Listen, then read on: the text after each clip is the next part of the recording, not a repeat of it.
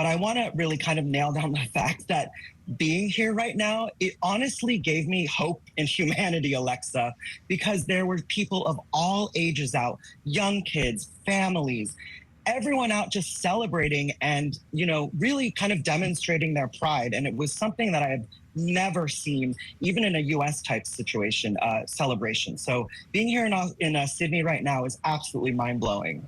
Well, one, you have a beautiful view behind you, and two, we could use a little bit more of that sentiment, certainly across America, that's for sure. Will you tell us a little bit more about the history of this event and its importance to the community, not only in Australia, but what we here in America can take from it? Yeah, so this event really started back in 1978 and was part of a grassroots call to action. And what happened in 78 is there were protesters who actually ended up being arrested. So cut to 45 years later, we have this huge celebration with 250,000 people, 200 floats, 12,000 marchers.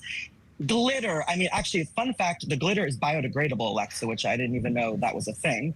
But really, the significance of this event around the world globally is just kind of celebrating, again, inclusivity, diversity, but also showing that, we can all come together as human beings and kind of put our differences aside, especially right now with LGBTQ crime skyrocketing. It was really nice to see everyone come out and support the community. Well, and I even think despite the calls for, the complications with that police officer being involved in that crime, allegedly, that they still found a compromise to include officers to be able to participate. So as you said, that inclusivity really reigned supreme. And I love the sound of biodegradable glitter. Please bring some back to the States for us.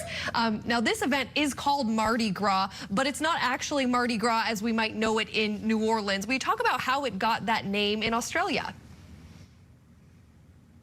So they basically call it Mardi Gras. It's just their version of LGBTQ pride. And I think the reason why it became Mardi Gras, because really there's colorful costumes, there's huge floats, there's, people like we see here on motorcycles. And I think it's just Mardi Gras because it's more of that celebration of theming. But it really is kind of their LGBTQ pride that we're celebrating here. And as you can see on the Sydney Bridge behind me, it's absolutely, it's a blast. It's an absolute blast.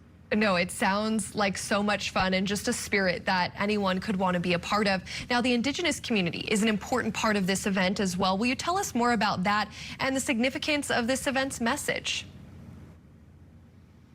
Yeah, so the Indigenous community here in Sydney is very important. And one of the really cool things that happens before any big, huge events is they recognize that this is Indigenous land and they recognize the Indigenous community here in Sydney.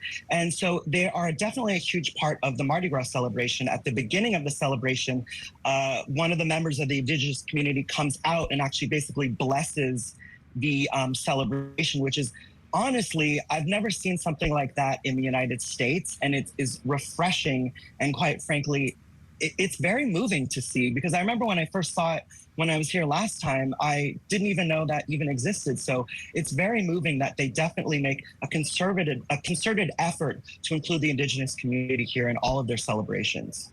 From everything it said, it sounds like we could use all kinds of lessons from that here in the United States, and hopefully you can bring a little bit of that home with you. Andrew Freund, host and correspondent for Dish Nation, thank you so much for your insight and enjoy the rest of your trip. Thanks, Alexa. Goodbye from Sydney, and also head to sydney.com if you want to come over. It has all the information you need. Okay, Scripps News, I think I need a new assignment. Thanks, Andrew.